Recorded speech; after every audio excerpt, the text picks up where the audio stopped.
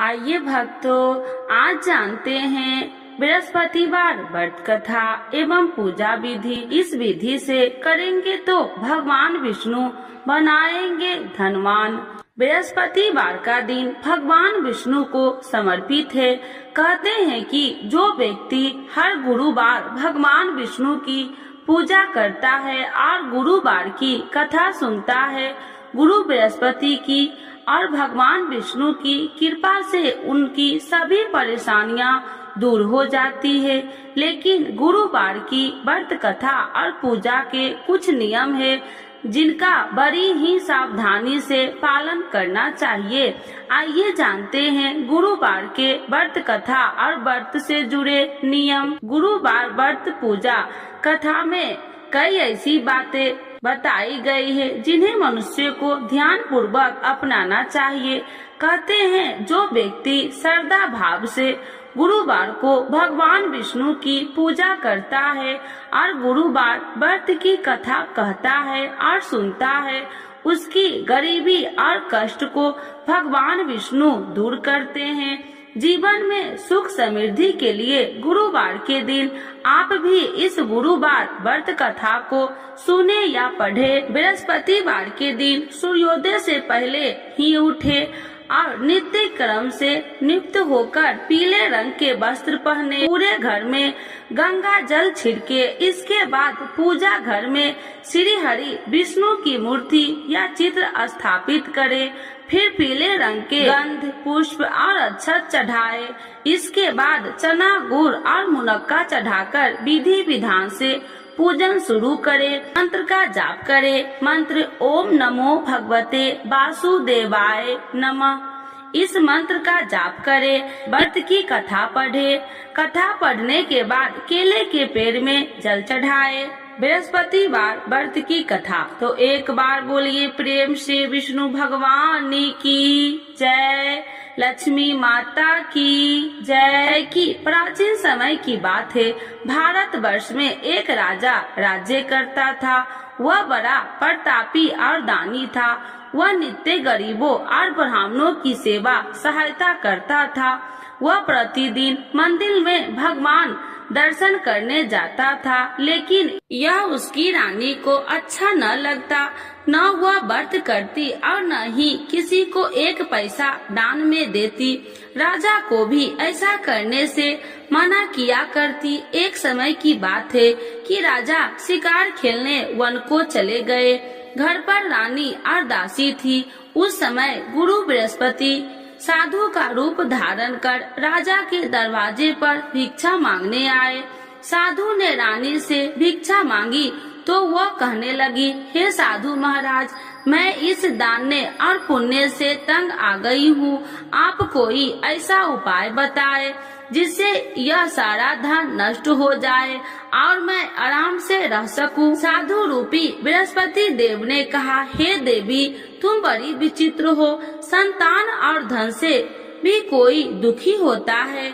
अगर तुम्हारे पास अधिक धन है तो इसे शुभ कार्यों में लगाओ जिससे तुम्हारे दोनों लोक सुधरे। परंतु साधु की इन बातों से रानी खुश नहीं हुई। उसने कहा कि मुझे ऐसे धन की आवश्यकता नहीं जिसे मैं दान में दूं तथा जिसको संभालने में ही मेरा सारा समय नष्ट हो जाए। साधु ने कहा, यदि तुम्हारी ऐसी इच्छा है तो जैसे मैं तुम्हें बताता हूँ तुम वैसे ही करना। बृहस्पतिवार के दिन तुम घर को गोबर से लिपना, अपने केसे को पीली मिट्टी से धोना, केसे को धोते समय स्नान करना, राजा से हजामत बनाने को कहना, भोजन में मांस मदिरा खाना, कपड़ा धोबी के यहाँ धुलने डालना। इस प्रकार 7 बृहस्पतिवार करने से तुम्हारा समस्त धन नष्ट हो जाएगा। इतना कहकर साधु बने बृहस्पति देव अंतर ध्यान हो गए। साधु के कहे अनुसार करते हुए रानी को केवल 3 बृहस्पतिवार ही बीते थे कि उसकी समस्त धन संपत्ति नष्ट हो गई। भोजन के लिए परिवार तरसने लगा। एक दिन राजा रानी से बोला, हे रानी, तुम यहीं रहो, मैं दूसरे देश को जाता हूँ क्योंकि यहाँ पर मुझे सभी जानते हैं। इसीलिए मैं कोई छोटा कार्य नहीं कर सकता। ऐसा कहकर राजा परदेश चला गया। वहाँ वह जंगल से लकड़ियाँ काट कर लाता और शहर में बेचता। इस तरह वह अपना जीवन व्यतीत करने लगा। इधर राजा के बिना रानी और दासी दुखी रहने लगी।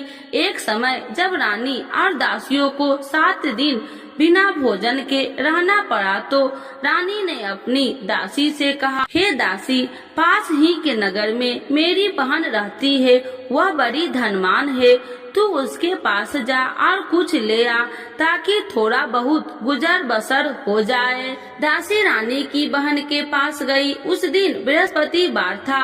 रानी की बहन उस समय बृहस्पतिवार की कथा सुन रही थी।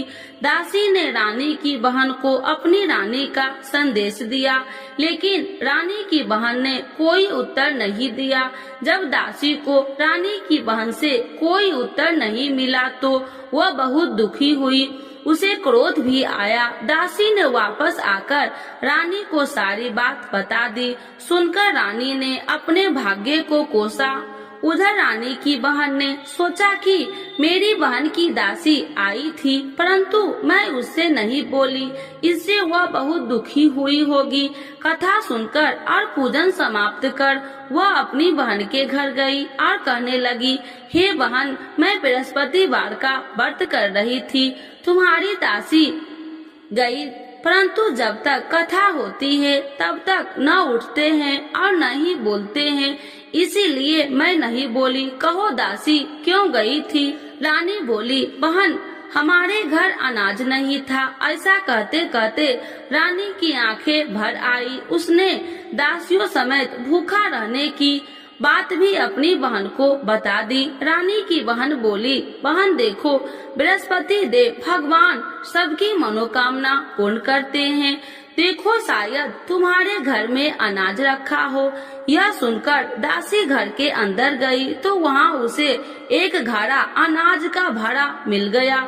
उसे बड़ी हैरानी हुई क्योंकि उसे एक बर्तन देख लिया था। उसने बाहर आकर रानी को बताया। दासी रानी से कहने लगी, हे रानी, जब हमको भोजन नहीं मिलता तो हम व्रत ही तो करते थे, इसीलिए क्यों न इनसे व्रत और कथा की विधि पूछ ली जाए, हम भी व्रत किया करेंगे। दासी के कहने पर रानी ने अपनी बहन से बृहस्पतिवार व्रत के बारे में पूछा। उसकी बहन ने बताया, बृहस्पतिवार के व्रत में चने की दाल और मुनक्का से विष्णु भगवान का केले की जड़ में पूजन करे तथा दीपक जलाए, पीला भोजन करे तथा कथा सुने। इससे गुरु भगवान प्रसन्न होते हैं, मनोकामना पूर्ण करते हैं। व्रत और पूजन की विधि बताकर रानी की बहन अपने घर लौट आई। रानी और दासी दोनों में निश्चय किया कि बृहस्पति देव भगवान का पूजन जरूर करेंगे। 7 रोज बाद जब बृहस्पतिवार आया तो उन्होंने व्रत रखा।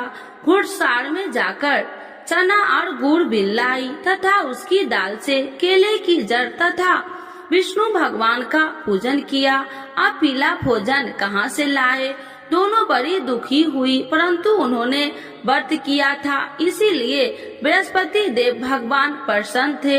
एक साधारण व्यक्ति के रूप में वे दोनों थालों में सुंदर पीला भोजन लेकर आए और दासी को देकर बोली, हे दासी, यह भोजन तुम्हारे लिए और तुम्हारी रानी के लिए है, इसे तुम दोनों ग्रहण करना। दासी भोजन पाकर बहुत प्रसन्न हुई। उसने रानी को सारी बात बताई। उसके बाद से वे प्रत्येक बृहस्पतिवार को गुरु भगवान का व्रत और पूजन करने लगी। बृहस्पति भगवान की कृपा से उनके पास धन हो गया, परंतु रानी फिर पहले की तरह आलस करने लगी।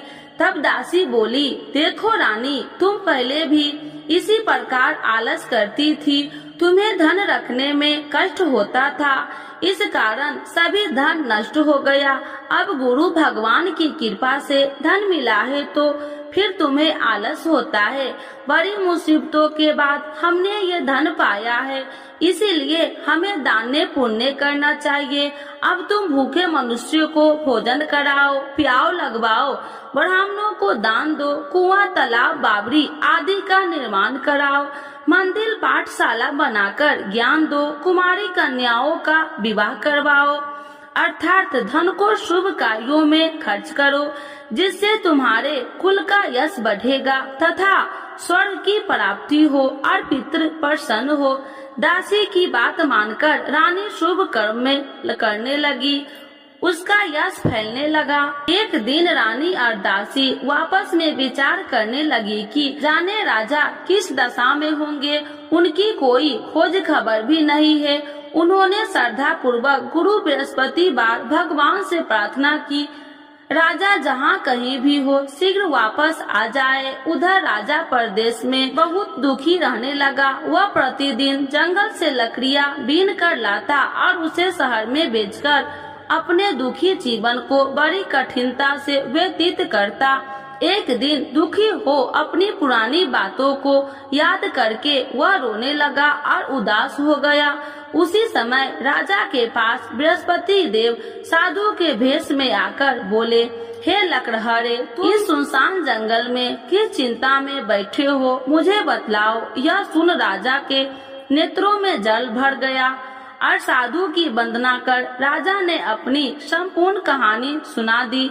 महात्मा दयालु होते हैं। वे राजा से बोले, हे राजा, तुम्हारी पत्नी ने बृहस्पति देव के प्रति अपराध किया था, जिसके कारण तुम्हारी यह दशा हुई। अब तुम चिंता मत करो, भगवान तुम्हें पहले से अधिक धन देंगे। देखो, तुम्हारी पत्नी ने बृहस्पतिवार का व्रत प्रारंभ कर दिया है।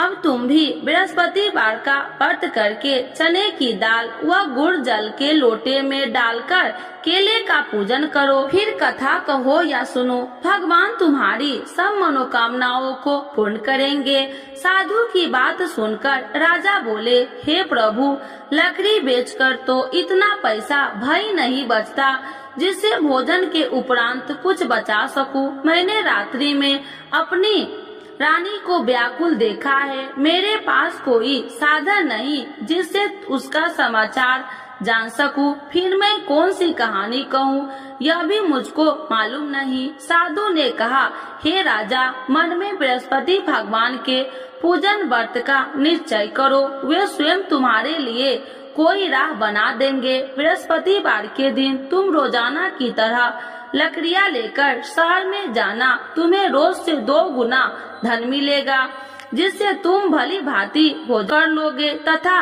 बृहस्पति देव की पूजा का सामान भी आ जाएगा। धीरे धीरे समय व्यतीत होने पर फिर बृहस्पतिवार का दिन आया। राजा जंगल से लकड़ियाँ काटकर शहर में बेचने लगा।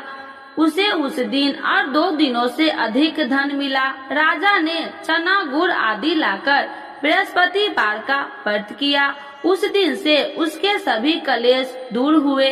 परंतु जब अगले गुरुवार का दिन आया तो वह बृहस्पतिवार का व्रत करना भूल गया।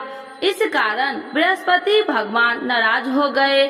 उस दिन उस नगर के राजा ने विशाल यज्ञ का आयोजन किया था तथा अपने समस्त राज्यों में घोषणा करवा दी कि सभी मेरे यहाँ भोजन करने आवे, किसी के घर चूल्हा न जले। इस आज्ञा को जो न मानेगा उसको फांसी दे दी जाएगी। राजा की आज्ञा अनुसार राज्य के सभी वासी राजा के भोजन में सम्मिलित हुए, लेकिन लकड़हारा कुछ देर से पहुंचा, इसीलिए राजा को उसको अपने साथ महल में ले गए। जब राजा लकड़हारे को भोजन करा रहे थे तो रानी की दृष्टि उस खूंटी पर पड़ी जिस पर उसका हार लटका हुआ था। उसे हार खूंटी पर लटका दिखाई नहीं दिया। रानी को निश्चय हो गया कि मेरा हार इस लकड़हारे ने चुरा लिया है। उसी समय सैनिक बुलाकर उसको जेल में डलवा दिया। लकड़हारा जेल में विचार करने लगा कि जाने कौन से पूर्व जन्म के कर्म से मुझे यह दुख प्राप्त हुआ है, और जंगल में मिले साधु को याद करने लगा। तत्काल बृहस्पति देव साधु के रूप में प्रकट हो गए और कहने लगे, अरे मूर्ख, तूने बृहस्पति देवता की कथा नहीं की, इसी कारण तुझे यह दुख प्राप्त हुआ है।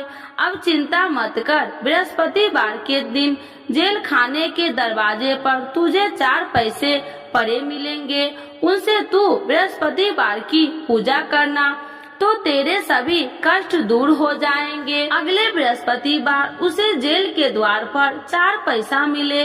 राजा के पूजा का सामान मंगवाकर कथा कही और प्रसाद बांटा। उसी रात्रि में बृहस्पति देव ने उस नगर के राजा को स्वप्न में कहा, हे राजा, तूने जिस जेल में बंद किया है उसे कल छोड़ देना, वह निर्दोष है। राजा प्रातः काल उठा और खूंटी पर हार टंगा देकर लकड़हारे को बुलाकर क्षमा मांगी तथा राजा के योग्य सुंदर वस्त्र आभूषण भेंट कर उसे विदा किया। गुरुदेव की आज्ञा अनुसार राजा अपने नगर को चल दिया। राजा जब नगर के निकट पहुंचा तो उसे बड़ा ही आश्चर्य हुआ। नगर में पहले से अधिक बाग, तालाब और कुएं तथा बहुत सी धर्मशालाएं, मंदिर आदि बने हुए थे।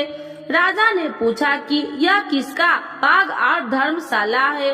तब नगर के सब लोग कहने लगे कि यह सब रानी और दासी द्वारा बनवाए गए हैं। राजा को आश्चर्य हुआ और गुस्सा भी आया कि उसकी अनुपस्थिति में रानी के पास धन कहां से आया होगा। जब रानी ने यह खबर सुनी कि राजा आ रहे हैं तो उसने अपनी दासी से कहा, हे दासी, देख राजा हमको कितनी बुरी हालत में छोड़ के गए थे, वह हमारी ऐसी हालत देखकर लौट न जाए, इसीलिए तू दरवाजे पर खड़ी हो जा। रानी की आज्ञा अनुसार दासी दरवाजे पर खड़ी हो गई और जब राजा आए तो उन्हें अपने साथ महल में लिवा आई। तब राजा ने क्रोध करके अपनी तलवार निकाली और पूछने लगी, बताओ यह धन तुम्हें कैसे प्राप्त हुआ। तब रानी ने सारी कथा कह सुनाई। राजा ने निश्चय किया कि मैं रोजाना दिन में 3 बार कहानी कहा करूँगा और रोज व्रत किया करूँगा। अब हर समय राजा के दुपट्टे में चने की दाल बंधी रहती तथा दिन में 3 बार कथा कहता। एक रोज राजा ने विचार किया कि चलो अपनी बहन के यहाँ हो आऊं। इस तरह का निश्चय कर राजा घोड़े पर सवार हो अपनी बहन के यहाँ चल दिया। मार्ग में उसने देखा कि कुछ आदमी एक मुर्दे को लिए जा रहे हैं। उन्हें रोककर राजा कहने लगा, अरे भाइयों, मेरी बृहस्पतिवार की कथा सुन लो। वे बोले, लो, हमारा तो आदमी मर गया है, इसको अपनी कथा की पड़ी है। परंतु कुछ आदमी बोले, अच्छा कहो, हम तुम्हारी कथा भी सुनेंगे। राजा ने दाल निकाली और कथा कहनी शुरू कर दी। जब कथा आदि हुई तो मुर्दा हिलने लगा और जब कथा समाप्त हुई तो राम राम कह के वह मुर्दा खड़ा हो गया। राजा आगे बढ़ा, उसे चलते चलते शाम हो गई। आगे मार्ग में उसे एक किसान खेत में हल चलाता मिला। राजा ने उसे कथा सुनने का आग्रह किया, लेकिन वह नहीं माना। राजा आगे चल पड़ा। राजा के हटते ही बैल पछाड़ खाकर गिर गए तथा किसान के पेट में बहुत जोर से दर्द होने लगी। उसी समय किसान की माँ रोटी लेकर आई। उसने जब देखा तो अपने पुत्र से सब हाल पूछा। बेटे ने सभी हाल बता दिया। बुढ़िया दौड़ी दौड़ी उस घुड़सार के पास पहुँची और उसने बोली, मैं तेरी कथा सुनूंगी, तू अपनी कथा मेरे खेत पर ही चलकर कहना। राजा ने लौटकर बुढ़िया के खेत पर जाकर कथा कही, जिसके सुनते ही बैल खड़े हो गए तथा किसान के पेट का दर्द भी बंद हो गया। राजा अपनी बहन के घर पहुंच गया। बहन ने भाई को खूब मेहमानबाजी की। दूसरे रोज प्रातः काल राजा जागा तो वह देखने लगा कि सब लोग भोजन कर रहे हैं। राजा ने अपनी बहन से जब पूछा, ऐसा कोई मनुष्य नहीं है जिसने भोजन नहीं किया हो। जो मेरी बृहस्पतिवार की कथा सुन ले। बहन बोली, हे भैया, यह देश ऐसा ही है। यहाँ लोग पहले भोजन करते हैं, बाद में कोई अन्य काम करते हैं। फिर वह एक कुम्हार के घर गई जिसका लड़का बीमार था। उसे मालूम हुआ कि उसके यहाँ 3 दिन से किसी ने भोजन नहीं किया है। रानी ने अपने भाई की कथा सुनने के लिए कुम्हार से कहा। वह तैयार हो गया। राजा ने जाकर बृहस्पतिवार की कथा कही, जिसको सुनकर उसका लड़का ठीक हो गया। अब तो राजा को प्रशंसा होने लगी। एक दिन राजा ने अपनी बहन से कहा, हे बहन, अब मैं अपने घर जाऊंगा, तुम भी तैयार हो जाओ। राजा की बहन ने अपनी सास से अपने भाई के साथ जाने की आज्ञा मांगी। सास बोली, हाँ चली जा, मगर अपने लड़कों को मत ले जाना, क्योंकि तेरे भाई के कोई संतान नहीं है। बहन ने अपने भाई से कहा, हे भैया, मैं तो चलूंगी, मगर कोई बालक नहीं चलेगा। अपनी बहन को भी छोड़कर दुखी मन से राजा अपने नगर को लौट आया। राजा ने अपनी रानी से सारी कथा बताई और बिना भोजन किए वह सैया पर लेट गया। रानी बोली, हे प्रभु, बृहस्पति देव ने हमें सब कुछ दिए हैं, वे हमें संतान अवश्य देंगे। उसी रात बृहस्पति देव ने राजा को स्वप्न में कहा, हे राजा, उठ, सभी सोच त्याग दे, तेरी रानी गर्भवती है। राजा को यह जानकर बड़ी खुशी हुई। 9वें महीने में रानी के गर्भ से एक सुंदर पुत्र पैदा हुआ। तब राजा बोला, हे रानी, स्त्री बिना भोजन के रह सकती है, परंतु बिना कहे नहीं रह सकती। जब मेरी बहन आए तो तुम मुझसे कुछ मत कहना। रानी ने हाँ कर दी। जब राजा की बहन ने यह शुभ समाचार सुना तो वह बहुत खुशी हुई तथा बधाई लेकर अपने भाई के यहाँ आई। रानी ने तब उसे आने का उलाहना दिया। जब भाई अपने साथ ला रहे थे तो तब टाल गई, उनके साथ न आई और आज अपने आप भागी भागी बिना बुलाए आ गई। तो राजा की बहन बोली, भाई, मैं इस प्रकार न कहती तो तुम्हारे घर औलाद कैसे होती। बृहस्पति देव सभी मनोकामनाएं पूर्ण करते हैं। जो श्रद्धा भाव पूर्वक बृहस्पतिवार का व्रत करता है एवं कथा पढ़ता है अथवा सुनता है और दूसरों को सुनाता है, बृहस्पति देव उसकी सभी मनोकामनाएं पूर्ण करते हैं, उनकी सदैव रक्षा करते हैं। जो संसार में सद्भावना से गुरुदेव का पूजन एवं व्रत सच्चे हृदय से करते हैं, उनकी सभी मनोकामनाएं वैसे ही पूर्ण होती है जैसे सच्ची भावना से रानी और राजा ने बृहस्पति देव की कथा का गुणगान किया तो उनकी सभी इच्छाएं बृहस्पति देव जी ने पूर्ण की। अनजाने में भी बृहस्पति देव की उपेक्षा न करे, ऐसा करने से सुख शांति नष्ट हो जाती है। इसीलिए सबको कथा सुनने के बाद प्रसाद लेकर जाना चाहिए। हृदय से उनका नमन करते हुए जयकारा बोलना चाहिए। तो एक बार बोलिए प्रेम से, बृहस्पति भगवान की जय, विष्णु भगवान की जय, लक्ष्मी माता की जय। आरती श्री बृहस्पति देव की। ओम जय बृहस्पति देवा, स्वामी जय बृहस्पति देवा। छिने छिने भोग लगाऊं, छिने छिने भोग लगाऊं, कदली फल में बा। ओम जय बृहस्पति देवा, तुम्हें पूरन परमात्मा, तुम्हें अंतर्यामी, स्वामी तुम्हें अंतर्यामी।